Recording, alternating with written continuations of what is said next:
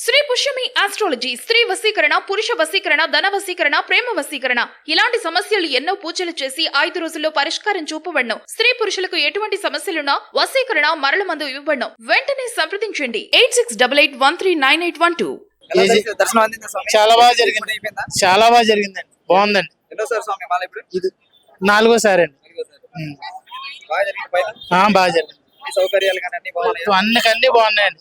కాకపోతే ఏంటంటే ఈ గిరి ప్రదక్షిణకి మటుకి బాత్రూమ్లు ఇంకానే ఈ అరేంజ్మెంట్ చేస్తే ఎక్సలెంట్ గా ఉంటదండి. ఉన్నాయన్నీ కూడా ఏది కూడా మాకు తీసేయక్కర్లేదు. చాలా బాగుందండి. అన్ని కూడా గతంలో రేట్ల విషయంలోనే కదా అన్ని కూడా బాగున్నాయండి.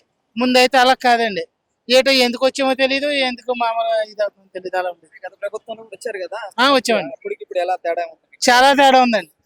ఏం తేడా కనిపిస్తుంది? రేట్ల విషయంలోనే అన్నిట్లో కూడా దోపిడీ ఉండేదండి అప్పుడు. ఇప్పుడు అలా లేదండి. ఇప్పుడు బాగుందంటారు. బాగుందండి. ఎలా ఇప్పుడు సీఎం గారి పనితీరు ఎలా ఉందండి? కూడా ప్రభుత్వం బాగానే ఉందండి. ఇంకా ఇప్పుడు ఆర్థిక పరిస్థితిలో ఉన్నప్పుడు ఎవరైనా చేసేది ఏముందండి. ఇప్పుడు ప్రతి ఒక్కరు సమాజం కూడా ఎలా ఉందంటే అందరూ ఎవరి స్వార్థపరులు ఎక్కువండి. ఎందుకంటే ఎవరి స్వార్థం వాళ్ళదే అందరూ కూడానే. ఎవరైనా ఇప్పుడు మామూలుగానే ఇన్కమ్ ఉంటేనే కదా ఏదైనా చేయగలిగేది.